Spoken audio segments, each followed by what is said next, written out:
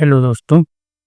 तो आज मैं स्टार्ट करने जा रहा हूँ इलेक्ट्रिसिटी चैप्टर का चेक और प्रोग्रेस 4 के क्वेश्चन सॉल्व कराने जा रहा हूँ। तो आइए हम उस पे ध्यान देते हैं। तो यहाँ पर जो मैं स्टार्ट करने जा रहा हूँ वो है फर्स्ट नंबर क्वेश्चन। तो इसमें सिंपल देखिए क्या दिया हुआ कि अ 6 ohm resistance wire is double on itself, calculate the new resistance of the wire. तो सिंपल इसमें क्या दिया हुआ है, R1 दिया हुआ है, एक रेजिस्टेंस दिया हुआ है, फर्स्ट की रेजिस्टेंस दिया हुआ है 6, ठीक है। और इसमें क्या हो रहा है, R2 पूछ रहा है, न्यू रेजिस्टेंस जो बन रहा है, जो न्यू रेजिस्टेंस बन रहा है उसके बारे में पूछ रहा है कि न्यू रेजिस्टेंस क्या बनेगा जब इसको डबल कर देंगे। तो न्यू रेजिस्टेंस पूछा जा रहा है, क्लियर। तो सिंपल हम यहाँ पर क्या देखते हैं, यहाँ पर जो है एक हमारा सबसे पहले वायर है, मान लीजिए ये वायर है, ठीक है, L1। अब ये क्या हो रहा है कि डबल ऑन इटसेल्फ, इसे क्या किया जा रहा है, डबल कर दिया जा रहा है। तो अब इसकी लेंथ क्या हो जाएगी, जो नई लेंथ बनी वो L1 हाफ हो गया ना, जस्ट डबल कर दिया जाए तो L1/2, क्लियर।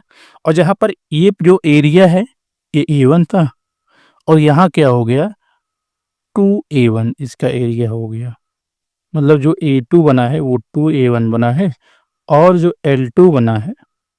अब हमने इसे किया क्यों ऐसा, सिंपल रीजन ये है कि यहाँ हमें रेजिस्टिविटी निकालनी थी। तो हम एक फॉर्मूला जानते हैं रेजिस्टिविटी का, रेजिस्टेंस का एक फॉर्मूला जानते हैं, rho R equal to rho L/T, ठीक है। तो इसी की बेसिस पे हम लोग क्या करते हैं, अपना न्यू रेजिस्टेंस फाइंड करेंगे। तो उसके लिए हमें एरिया और ये सारी चीज़ें पता रहनी चाहिए कि क्या है, एरिया में क्या चेंज आया, लेंथ में क्या चेंज आया है। रेजिस्टिविटी रो इसलिए नहीं बदलेगा क्योंकि रेजिस्टिविटी कांस्टेंट होती है किसी एक पर्टिकुलर वायर के लिए। जैसे मैं मानता हूँ कि अगर कोई एल्युमिनियम का वायर है, कॉपर का वायर है, तो अगर कॉपर का चाहे हम जो भी वायर लेंगे उसकी एक रेजिस्टिविटी सेम होगी, वो कितना रेजिस्ट करेगा करंट के फ्लो को, वो एक पर्टिकुलर फिक्स होगा। तो ठीक है, तो हमारा जो यहाँ ओल्ड था, पहले तार में L1 और A1 जो है, एरिया A1 था, लेंथ L1 थी, तो हमारा रेजिस्टेंस 6 ओम, क्लियर। तो कह रहा है R2 जो हमारा रेजिस्टेंस, सेकेंड न्यू रेजिस्टेंस बताइए कितना होगा जब हमारा L1 मतलब L2 A2 L2 जो है L1/2 हो जा रहा है और एरिया जो है 2A1 हो जा रहा है, क्लियर। तो जो हम लोग नया फॉर्मूला इस्तेमाल करेंगे, मतलब हमारा ये फॉर्मूला है तो इसमें चीज़ें बदली हुई है। तो जब हम फॉर्मूला इस्तेमाल करेंगे तो R2 इक्वल टू रो तो सेम रहेगा, R2 इक्वल टू L2/A2 हो जाएगा। और हमें मालूम है कि जो न्यू रेजिस्टेंस बना है, उस पे कुछ प्रॉपर्टी ऐसी है, तो हम क्या करेंगे, उसकी वैल्यू पुट कर देंगे R equal to row L1/2 और 2A1, क्लियर। तो इसमें हम लोग क्या करेंगे, सिंपल इसको हम लोग वैल्यू रो इक्वल टू, हम जानते हैं कि L1 ऊपर रहेगा और ये 2 नीचे चला आएगा, 2 इंटू 2 हो जाएगा 4A1, ठीक है। तो यहाँ हमें कुछ कॉमन दिख रहा है, अगर हम स्टार्टिंग में अगर इसका फॉर्मूला बनाते हैं L1 और इसकी जगह पे, ठीक है, R1 हो सकता है, क्लियर। या तो हम डायरेक्ट कर दें, जैसे हम सिंपल इसमें क्या करते हैं, अभी ये क्या है हमारा, ये हिसाब से है, अच्छा हाँ, रो तो इधर रहेगा, ठीक है, इनटू में रो। तो क्लियर, हम लोग क्या करते हैं, जैसे R2 equal to row L1 4A1 ये हुआ हमारा। तो अगर हम लोग कॉमन ले लें, 4 को बाहर ला लें, R2 equal to 1/4 row L1/A1। अब हमें एक चीज समझ में आ रहा है, ये रो L1 अगर हम देखें तो अगर हम लोग ओल्ड वाले फॉर्मूले को लिखें तो R1 equal to row L1/A1 होगा। तो जहां ये L1/A1 है, तो L1/A1 जब ये है तो इसकी जगह पे हम R1 रख सकते हैं, सेम वैल्यू इस दोनों बराबर है तो हम R को रख सकते हैं। तो सिंपल इसीलिए हम लोग वैल्यू R की पुट करेंगे, R2 इक्वल टू 1/4 R1। अब यहाँ पर क्या चेंज आएगा न्यू रेजिस्टेंस में, वो चीज़ यहाँ से हमें समझ में आ गया कि R2 इक्वल टू 1/4 R1 की वैल्यू रख देंगे 6। क्लियर? अब ऐसा क्यों हुआ? सिंपल सा ये था, अगर मैं एक तरीके से कहूँ कि जो भी पहले रेजिस्टेंस रहेगा उसका 4 मतलब कहा जाए कि उससे 4 गुना 4 गुना कम होगा ये। सिंपल, अगर ये 6 है तो R2 की वैल्यू क्या होगी? अगर हम लोग कट कर देंगे तो 1.5 आएगी। मतलब जो न्यू रेजिस्टेंस बनेगा वो 1.5 ओम बनेगा। रेजिस्टेंस का फॉर्मूला ओम होता है। मतलब अगर कोई भी वायर हो, सेम वायर के अगर हम डबल कर देते हैं, अगर सेम वायर को हम डबल कर देते हैं तो उसकी रेजिस्टेंस 4 गुना कम हो जाती है। बात समझ रहे हैं? अब ऐसा क्यों होता है? देखिए, एरिया जितना ज़्यादा होगा, अब ऐसा क्यों हुआ? क्यों? वायर सेम है लेकिन लेंथ हम लोग कम कर रहे हैं। मान लीजिए हमारा वायर ये है, इसकी लेंथ हमने कम की और एरिया डबल कर दिया। क्लियर? लेंथ हमने इसको जस्ट डबल कर दिया तो एरिया क्या हो गया? डबल हो गया। तो इसकी कंडक्टिविटी रेजिस्टिविटी इतनी कम क्यों हो गई? क्योंकि देखिए, करंट में इलेक्ट्रॉन फ्लो होता है, ठीक है? तो अगर तार लंबा है तो क्या है कि दूरी बढ़ जाएगी, जिसके कारण इलेक्ट्रॉन फ्लो को वो क्या करेगा? रेजिस्ट करेगा। दूसरी चीज़ क्या है? दूसरी चीज़ क्या है? यहाँ पर एरिया बढ़ गया। एरिया बढ़ गया, नंबर ऑफ इलेक्ट्रॉन पासिंग तेज हो गया। तो इससे क्या होता है कि कंडक्टिविटी फास्ट होती है, जिसकी वजह से रेजिस्टिविटी कम हो जाती है। ठीक है? तो इसलिए बेसिकली हम इसमें कहना चाहते हैं कि अगर किसी वायर को डबल कर दिया जाए, एरिया उसका जिस फॉर्मूले के हिसाब से दिया है, जैसे यहाँ पर ही क्वेश्चन को एक बार हम और समझ लेते हैं क्लियर रूप से कि अ 6 ohm resistance wire is double on itself calculate the new resistance of the wire. कि मतलब अगर हम लोग 6 ओम के रेजिस्टेंस के वायर को डबल कर देते हैं तो क्या नया रेजिस्टेंस क्या जनरेट होगा? तो हम जानते हैं कि R1 ये है और R2 हमें निकालना है। R1 पहले गिवन था 6 ओम, R2 निकालना है। तो R इक्वल टू हो L/A का फॉर्मूला हमें मालूम है रेजिस्टेंस निकालने के लिए। हम जानते हैं कि इसमें जो रो है वो क्या है? कांस्टेंट रहता है। एक पर्टिकुलर वायर कोई भी हम कोई सिलेक्ट करेंगे मटेरियल तो उसके लिए कांस्टेंट रहता है। तो जैसे एल्युमिनियम के लिए चाहे हम जो भी तार लें एल्युमिनियम का, उसके लिए रो कांस्टेंट होगा, कॉपर के लिए कांस्टेंट होगा अपने। तो यहाँ पर सेम ही वायर को हम लोग डबल कर रहे हैं। तो यहाँ L1 क्या था? हमने फॉर्मूले के हिसाब से पुट किया तो रो L2/A2 हो गया। तो हमें मालूम है L2 क्या है? L1/2 है। A क्या है? 2A1 है। ठीक है? A2 जो है, तो वैल्यू पुट किया और हमें ये मिला कि 1/4 जनरेट होगा। 1/4 बनेगा, इसलिए 6 से हमने डिवाइड किया तो 1.5 ओम है। इसकी रेजिस्टिविटी 1.5 ओम होगी। ठीक है? चलिए हम दूसरे क्वेश्चन पे चलते हैं। ठीक है? अब देखिए दूसरा क्वेश्चन क्या कहता है? दूसरा क्वेश्चन ये कहता है कि a piece of wire is redone by pulling it until its length is double and area is half। ठीक है? Compare the new resistance with the original value. Simple यहाँ पर बात क्या कही जा रही? जस्ट उसका क्या किया जा रहा? अपोजिट कहा जा रहा है। कहा जा रहा है कि जो अ पीस ऑफ वायर, एक वायर का पीस है, इज रीड्रॉन मतलब दोबारा उसे ड्राई किया बाय पुलिंग मतलब खींच के it until its length is double. ये लेंथ क्या कर दिया जरा? मान लीजिए हम मानते हैं एक वायर है हमारे पास, उसका L1 है, ठीक है, लेंथ। उसको क्या कर दिया जा रहा है? नेक्स्ट टाइम हम उसका वायर का लेंथ क्या कर रहे हैं? खींच के जो है डबल कर दे रहे हैं। अब जब कोई चीज़ को हम खींच के डबल करेंगे तो उसका एरिया ही तो कम होगा, एरिया ही तो तारीख कम होगा जो लेंथ में कन्वर्ट होगा या फिर स्ट्रेच होगा। तो सिंपल यहाँ पर क्या है? L2 हो गया एंड एरिया इज ऑल। अगर पहले एरिया A1 था तो ये क्या हो गया? A2 हो गया। क्लियर? Original value. अगर हम कंपेयर करेंगे फर्स्ट वाले से, जैसे इससे फर्स्ट वाले से कंपेयर करेंगे तो L2 के कंपेयर में क्या हुआ? L1 क्या है? L1 जो है L2 कंपेयर में 2L1 है। अगर हम कहें, अगर ऐसे वैल्यू कंपेयर करें L2 इक्वल टू 2L1 और एरिया क्या है, एरिया हाफ हुआ है ना, तो A1 के कंपेयर में और A2 के कंपेयर में क्या है एरिया, A2 की एरिया क्या है, कम है, तो ये क्या है इधर हाफ हाफ A1 है। तो सिंपल हम फार्मूले में पुट करेंगे तो उससे हमें वैल्यू समझ में आ जाएगी क्या है। तो जो हमारा ओल्ड फार्मूला है, सबसे बेसिक जो हम यूज करते हैं, R equal to rho L by A होता है। तो यह R1 था पहले, L1 था, A1 था, तो ये हम मानते हैं हमारा फर्स्ट का था। अब दूसरी कंडीशन हमारी L2 और A2 बनी है, जो फर्स्ट के कंपेयर में बनी है, तो उसके लिए हम जो है न्यू फार्मूला जो जनरेट होगा वो L2 के कंपेयर में 2L1 है और हाफ A2 है। तो इसकी वैल्यू पुट करेंगे, क्या पुट करेंगे, R2। अब देखिए रो तो सेम रहेगा, क्लियर, L1 है, L1 है, L1 की जब हम लोग वैल्यू पुट करेंगे, अब यहाँ देखिए, यहाँ सिंपल क्या है कि हमें सेकंड का निकालना है, तो L2 बाई A2 हो जाएगा।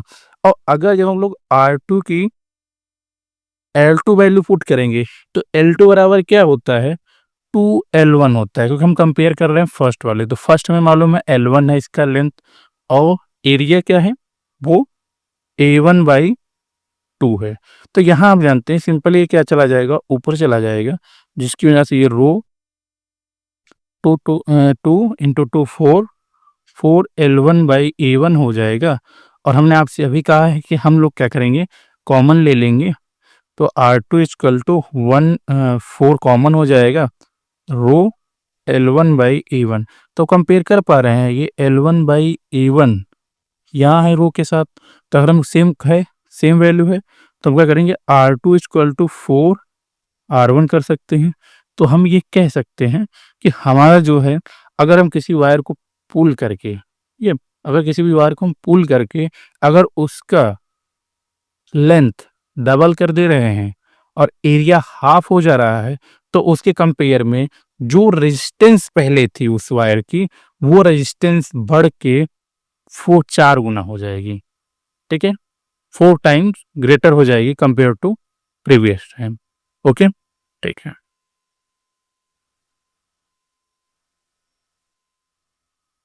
तो थर्ड क्वेश्चन पे हम चलते हैं। थर्ड क्वेश्चन में क्या कहा जा रहा है, simple, what will be the length of a silver wire of resistance 6 Om.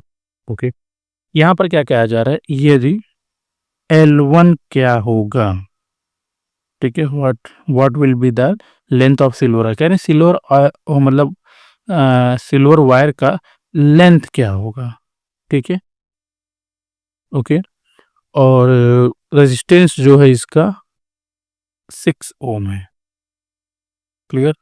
If the length of a similar wire, मतलब कह रहे हैं कि अगर सेम वायर है उसका लेंथ, तो सेकंड लेंथ होगी मान लीजिए यहाँ पर 80 सेंटीमीटर दिया हुआ है, 80 centimetre, and has the resistance of 3 ओम। यहाँ पर इन्होंने R2 भी गिवन है, 3 ओम।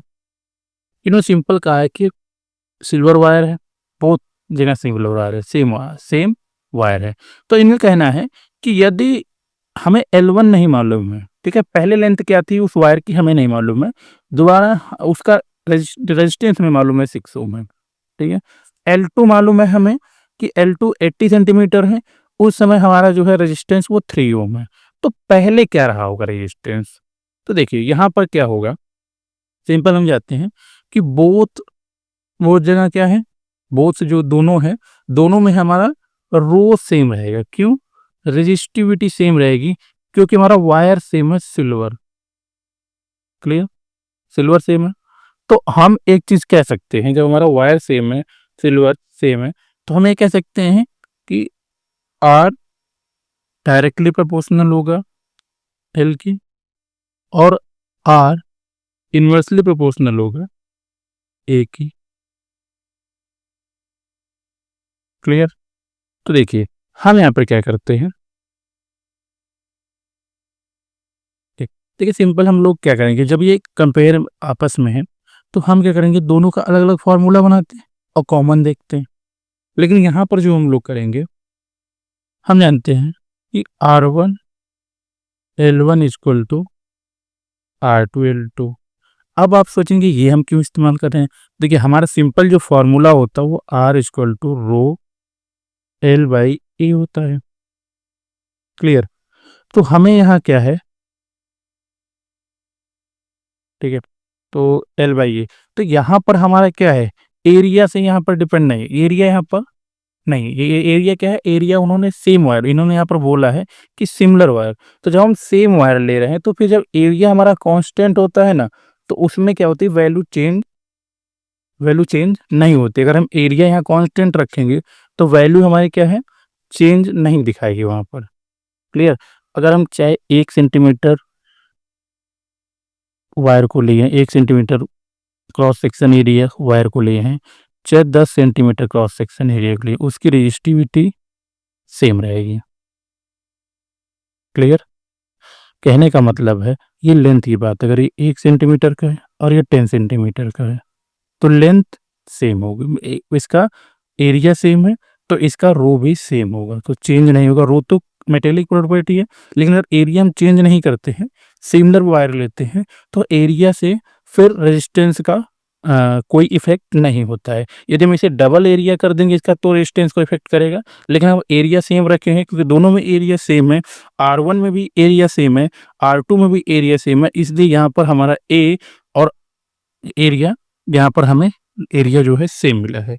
तो जब हमें क्या है कि जब हमारे पास रो और ए दोनों कांस्टेंट हैं, एरिया और रो मतलब रेजिस्टिविटी दोनों कांस्टेंट है, तो हम एक चीज कर सकते हैं कि आर जो है नॉर्मल, अगर इस फॉर्मूले से हम निकालेंगे तो यहाँ क्या है, इस फॉर्मूले से अगर हम लेंगे कि हमारा रो और ए कॉमन है, तो हम ये कहते हैं R directly proportional to L हो सकता है।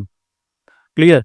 तो हम ये कह सकते हैं R1 इक्वल टू L1, तो उसी आधार पे हम ये कहें कि L1 को इधर भेज दो, तो यही फॉर्मूला बना है R1 L1 equal to R2 L2। Clear. R1 upon L1 equal to R2 upon L2। Clear. तो हम यहाँ पर वैल्यू पुट करेंगे, हमें R1 मालूम है 6 ओम है। क्लियर। L1 नहीं मालूम है, R2 की वैल्यू कितनी है 3, और इसका क्या है 80 सेंटीमीटर। तो इतना तो हम कर ही लेंगे इसमें चीज़ों को, 6 80 हो जाएगा इधर, और 3 उधर L1 आ जाएगा, तो ये 2 हो जाएगा, और L1 equal to 180 centimetre. Clear.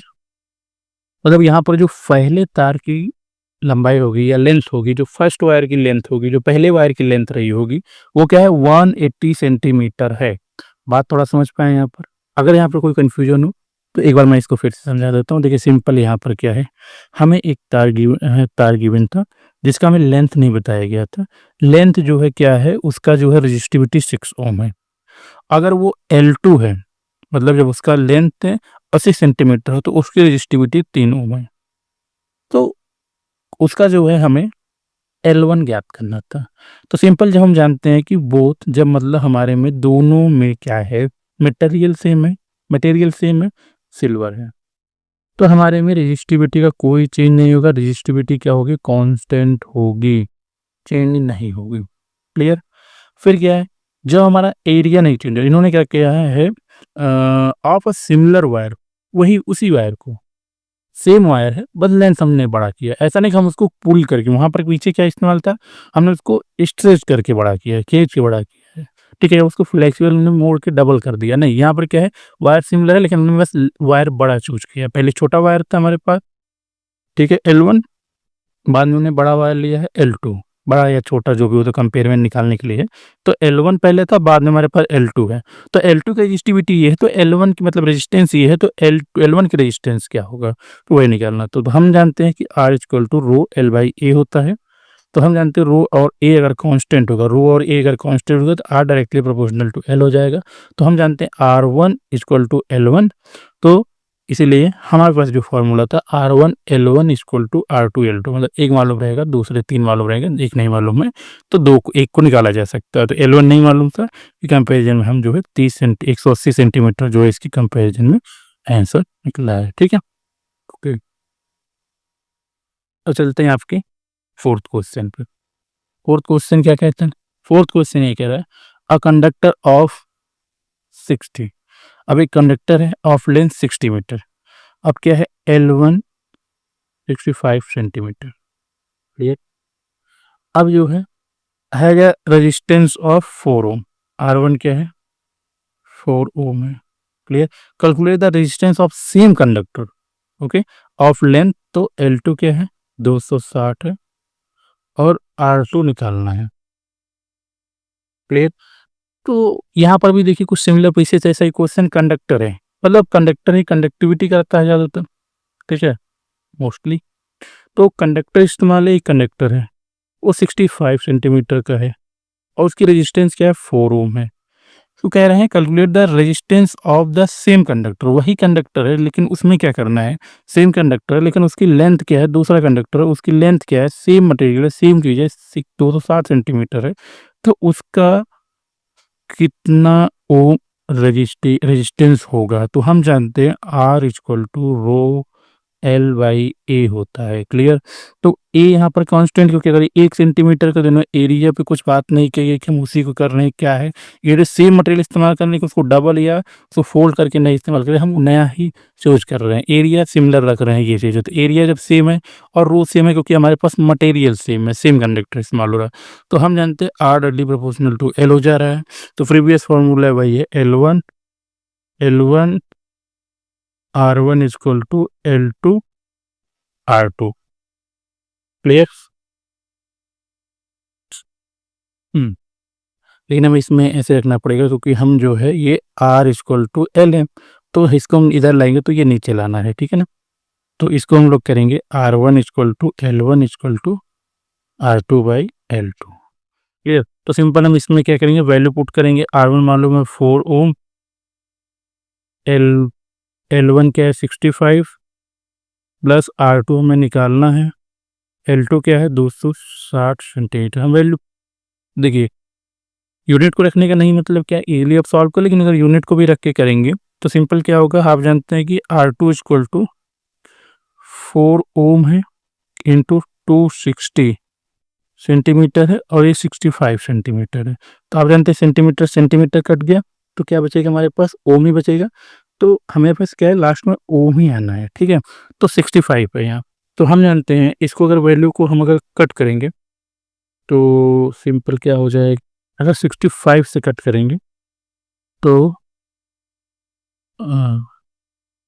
2 बड़े 30, तो 130 हो जाएगा 2 बार में, तो 4 बार में लगभग ये 260 हो जाएगा। तो 4 4 बार जाएगा तो 4 इंटू 4 क्या हो जाएगा, R2 की वैल्यू हमारी आ जाएगी 16 ओम, इसकी रेजिस्टिविटी होगी, क्लियर। ये बात समझ में, इसमें कोई कन्फ्यूजन।